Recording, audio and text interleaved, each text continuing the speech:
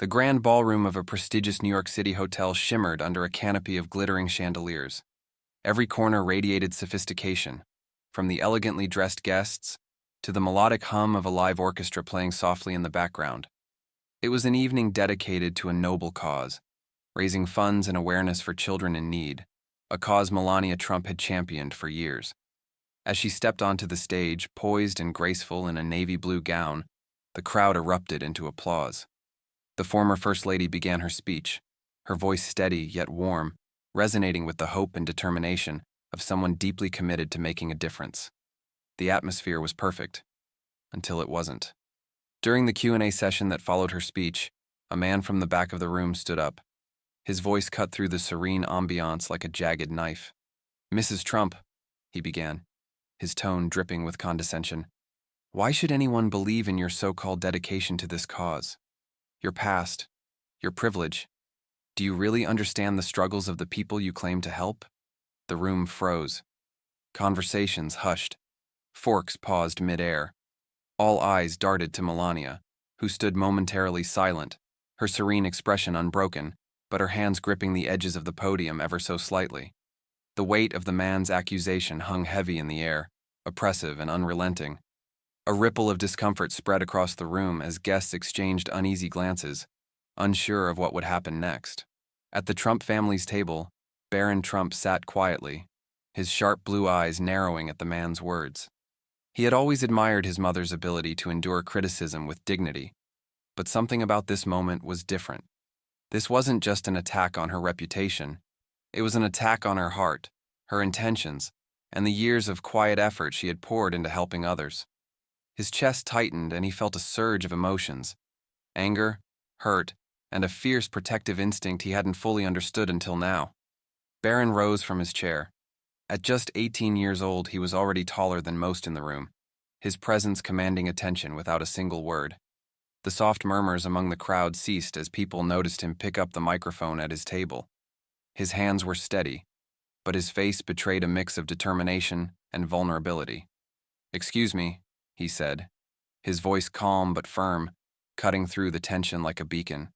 The man who had spoken out turned his attention toward Barron, visibly caught off guard.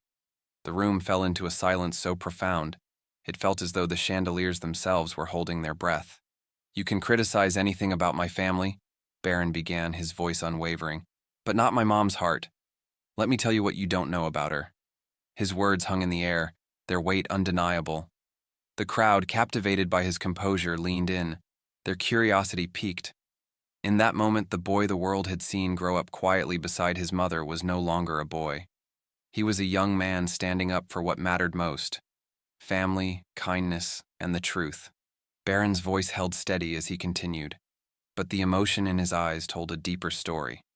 "You know," he began, looking directly at the man who had questioned his mother, "it's easy to judge someone when you only see the surface. But let me tell you about the woman behind the title, the mother, the person." The crowd leaned in closer, captivated by the raw sincerity in his tone. He paused for a moment, collecting his thoughts, and then began to share what few in the room likely knew. "When I was younger," Barron said, his voice softening, "I remember one night when my mom came home late from an event. I was waiting up for her, even though I wasn't supposed to. I wanted to tell her about a school project I'd finished. But when she walked through the door, she looked so tired, like she'd carried the weight of the world on her shoulders that day. I hesitated, thinking maybe I should just let her rest." His gaze shifted to the audience, his eyes glistening with the memory. "But she saw me sitting on the couch and smiled. Not the kind of smile you give when you're tired, but the kind that says, 'You matter.' She sat with me, even though it was well past midnight, and listened to me talk about a silly little project as if it was the most important thing in the world. That's who my mom is." The room was silent, the kind of silence that signals rapt attention. Even the man who had spoken against Melania seemed transfixed, his earlier bravado fading into quiet reflection. Barron took a deep breath and continued, "And it wasn't just for me. My mom always made time for everyone, even when no one was watching. She didn't need cameras or applause to show kindness. I remember one Christmas, she heard about a little girl who was battling cancer at a hospital nearby. No one asked her to go, No one even knew. But she went, with a bag full of gifts and a heart full of love. She spent hours with that little girl and her family, holding her hand, reading her stories, and making her laugh. She left without a single photo, a single press release. She didn't do it for the world to see. She did it because she cares. Barron's voice cracked, and he paused to gather himself. The emotion in his words was palpable, resonating deeply with everyone in the room. She taught me that true kindness is quiet. It doesn't need to announce itself. It just is. The crowd began to shift in their seats, some reaching for tissues, others nodding in quiet agreement. Barron's words had touched a nerve, revealing a side of Melania that many had never seen. "My mom doesn't just talk about compassion," Barron said, his voice steady once more. "She lives it, every single day. So if you're going to question her, at least know the truth about who she is." The audience erupted into quiet murmurs of agreement. Barron's heartfelt tribute had shifted the energy in the room. Even the critic lowered his gaze, as if Barron's words had struck something deep within him. The connection between mother and son was undeniable, and in that moment the humanity of the story transcended the controversy. Barron took another deep breath, steadying himself against the storm of emotions swirling within. He gripped the microphone tightly, his knuckles turning white, but his face remained composed. The room was heavy with silence, each person waiting for his next words as if they would define the night. His eyes, piercing and unwavering, locked onto the man who had dared to question his mother's integrity. "You know," Barron began, his voice calm yet filled with intensity, "it's easy to stand there and judge someone when you've never walked a day in their shoes. You see the headlines, the glamour, the public life, and you think you know her. But you don't. You don't know the sacrifices she's made, or the countless nights she's spent worrying about how to make even a small difference in this world." The man, who had initially looked smug and self-assured, now seemed taken aback by the force of Barron's words. He shifted uncomfortably, but Barron wasn't finished. "What do you do to help others?" Barron's question rang out like a challenge, his voice steady but tinged with an undeniable edge of hurt. "What gives you the right to judge someone who tries every day to make a difference, even when the world scrutinizes her every move? Do you know what it feels like to be criticized for every decision, no matter how well-intentioned? To be mocked for trying to spread kindness? Because I do, and so does my mom." The crowd began to murmur, a ripple of agreement and curiosity spreading through the audience. A few people nodded, others exchanged glances, but all eyes remained fixed on Barron. His vulnerability was disarming, his authenticity impossible to ignore. Barron straightened his shoulders, his youthful frame carrying the weight of a moment far beyond his years. "My mom has taught me that grace is not just about how you carry yourself when things are good. It's about how you respond when people tear you down. She's been criticized more times than I can count, but she never fights back with anger. She chooses compassion every single time. Do you know how hard that is? Because I've seen it. I've seen her smile when she wanted to cry. I've seen her give when she had every reason to give up." His voice cracked slightly, and he paused, swallowing hard before continuing. "She's taught me that kindness isn't about what you say, it's about what you do.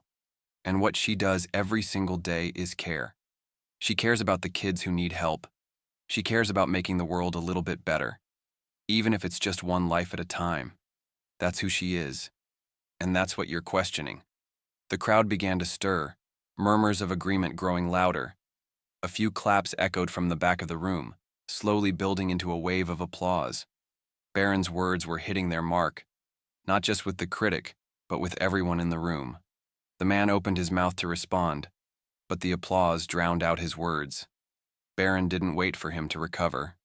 "If you can't recognize that," Barron said, his voice soft but firm, "then maybe the problem isn't with her. Maybe it's with you." The critic faltered, his expression shifting from defiance to something almost vulnerable. For the first time, he seemed at a loss for words. The room, once tense with discomfort, now buzzed with a new energy, respect for the young man who had stood up for what mattered most. Barron had turned the tide, and the night was far from over. The applause gradually faded, leaving behind an electrifying silence that filled the room. Barron's words still lingered in the air, their emotional weight touching every corner of the grand ballroom. The critic, visibly shaken, shifted uncomfortably in his seat, but Barron didn't turn his gaze away. His expression was not one of anger or triumph.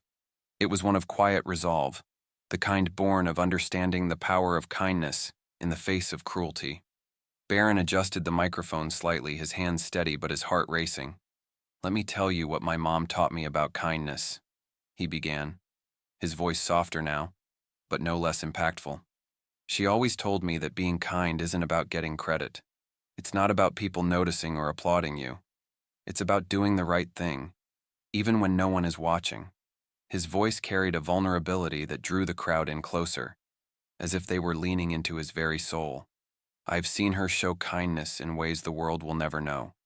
There was this one time, a few years ago, when we were at a public event. A young boy in a wheelchair approached her. He didn't have much to say. He just wanted to give her a drawing he'd made.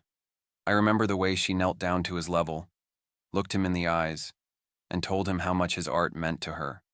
She didn't just thank him and move on. She stayed with him, asked him about his favorite colors, his dreams, his favorite stories. For those 5 minutes, it was as if no one else in the world existed." Barron paused, his eyes glistening with emotion as he looked out over the crowd. "Later, she had that drawing framed. It's still in our house.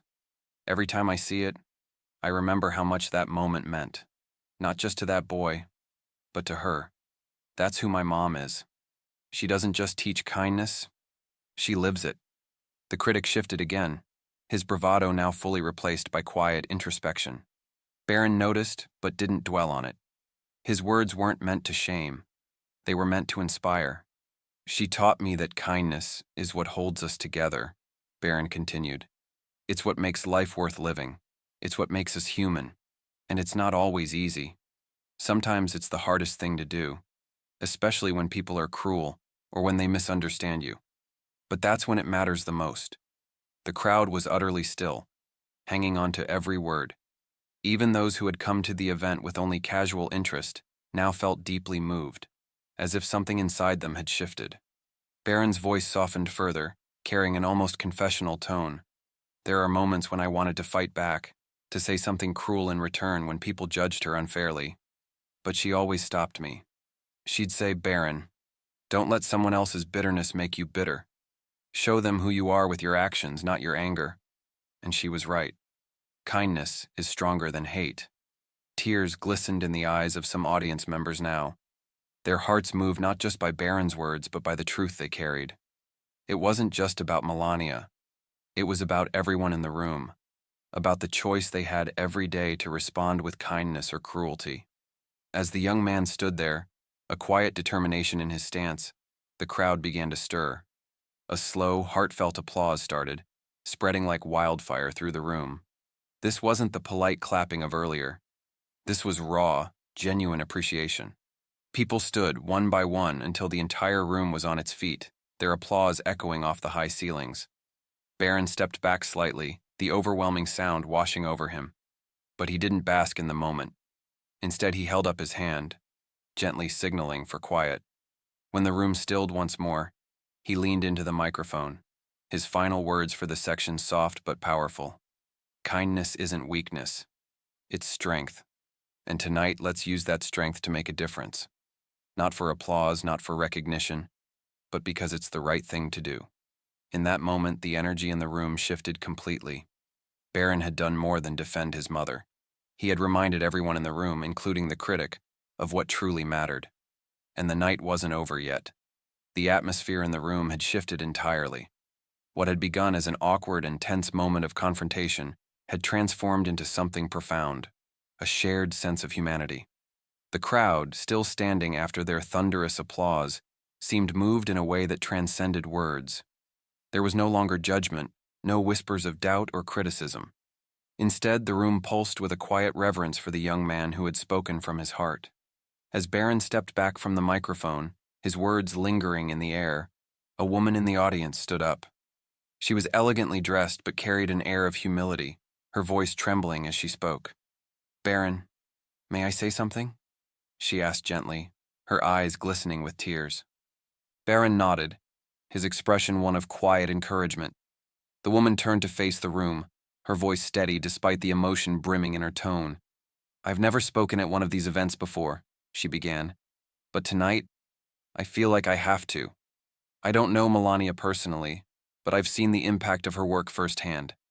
My son was one of the children she visited in the hospital last year. He was scared, lonely, and in pain, but that visit changed something in him. She brought him a sense of comfort and hope that we, as his parents, couldn't give him in that moment, and for that I will forever be grateful. The woman's voice cracked and she paused to collect herself. The room was silent, many dabbing at their eyes as her words resonated deeply. So, to the man who questioned her tonight, she continued, turning slightly toward the critic, I hope you now understand that her kindness is real. It's not for show. It's not for headlines. It's for people like my son, who needed someone to believe in them. The man, who had been shrinking into his chair for most of the night, looked up at her, visibly moved. His earlier confidence had given way to an expression of quiet shame. He opened his mouth as if to speak but stopped himself, his head bowing slightly as if acknowledging her words. The momentum of the evening didn't stop there. One by one, others began to stand and share their own stories. A teacher spoke about how Melania's foundation had provided resources to her underfunded school, giving her students a chance to dream bigger. A father spoke of a letter Melania had written to his daughter, who had lost her mother, offering words of comfort and encouragement. Each story painted a picture of a woman who didn't just speak about kindness but lived it, quietly and humbly, away from the spotlight. The critic's earlier accusation now felt so small, so hollow, in the face of the truth that had emerged. Finally he stood, his face red with emotion. The room turned toward him, the tension momentarily returning as everyone braced for what he might say. He began, his voice faltering. He looked directly at Barron, then at Melania, who sat quietly at the table, her expression calm but her eyes shimmering with unshed tears. I'm sorry, he said finally, his voice barely above a whisper. I was wrong. I didn't know. I didn't understand. The room erupted into applause, not for the man's apology, but for the collective power of kindness and humanity that had brought him to this moment. It wasn't about humiliation or revenge. It was about understanding, about seeing someone's heart rather than their image. Barron, ever composed, stepped forward once more, his voice carrying a warmth that melted away the last remnants of tension. Thank you, he said simply. It takes courage to admit when you're wrong, and it takes even more courage to choose kindness. That's what tonight is about. Not just defending my mom, but reminding all of us that we have the power to make the world better, one small act at a time. The critic nodded, his head still slightly bowed as he took his seat again. The crowd, now fully united, began to cheer, not just for Barron or Melania, but for the lesson they had all been reminded of, that kindness, in its purest form, has the power to transform even the hardest of hearts. The room seemed lighter now, filled with a renewed sense of hope and purpose. Barron returned to his seat beside his mother, who reached out and gently squeezed his hand. No words were exchanged between them, but the emotion in her eyes spoke volumes.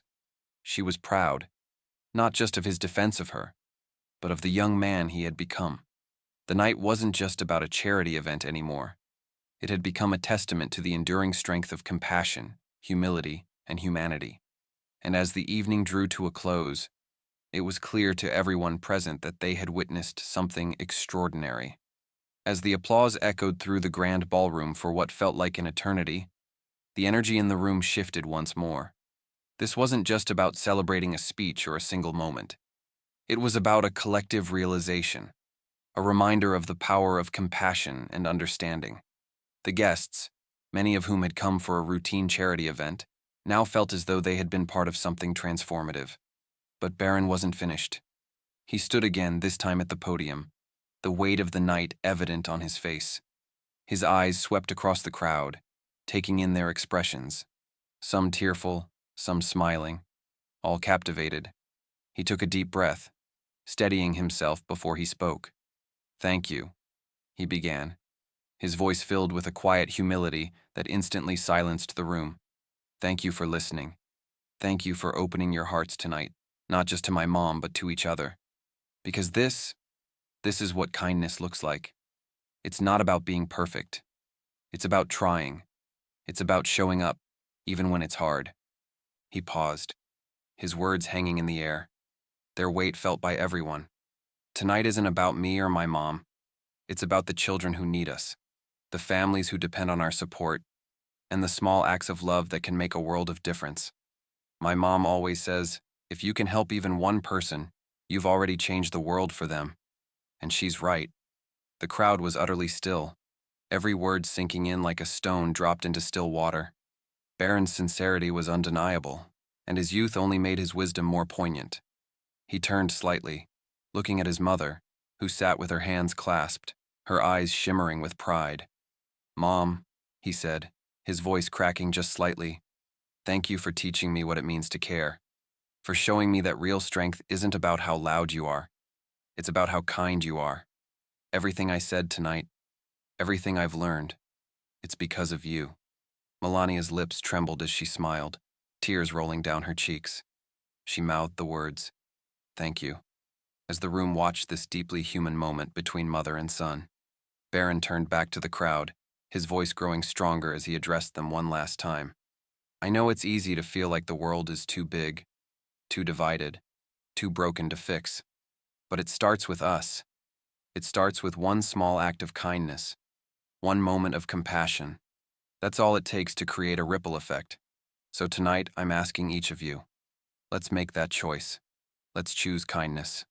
Not just here, not just now, but every single day." He stepped back from the microphone, letting his words sink in. For a moment, the room was silent, a shared stillness filled with reflection and emotion. And then the applause began. It started slow, almost hesitant, but grew into a thunderous ovation. People stood, cheering, clapping, some even wiping tears from their faces. The evening concluded with donations pouring in, more than anyone had anticipated. Guests who had come for a simple night out now left with a renewed sense of purpose, inspired not just by the cause, but by the humanity they had witnessed. As the crowd began to disperse, Barron and Melania stood side by side, quietly greeting guests. One woman approached them, her voice shaky but resolute. "Thank you," she said, looking at both of them. "Not just for tonight, but for reminding us that kindness still matters." Barron smiled, nodding humbly. "It always does," he replied. This story is a reminder of the transformative power of kindness, compassion, and standing up for what's right. What small act of kindness can you do today? Whether it's helping someone in need, sharing a kind word, or simply choosing to see the good in others, every little bit makes a difference. Let's create a ripple effect of kindness together. Share this story with someone who needs a little inspiration today, and let's remind the world that humanity's greatest strength is the ability to care for one another. Remember, kindness isn't just what we do, it's who we are. Let's make it count.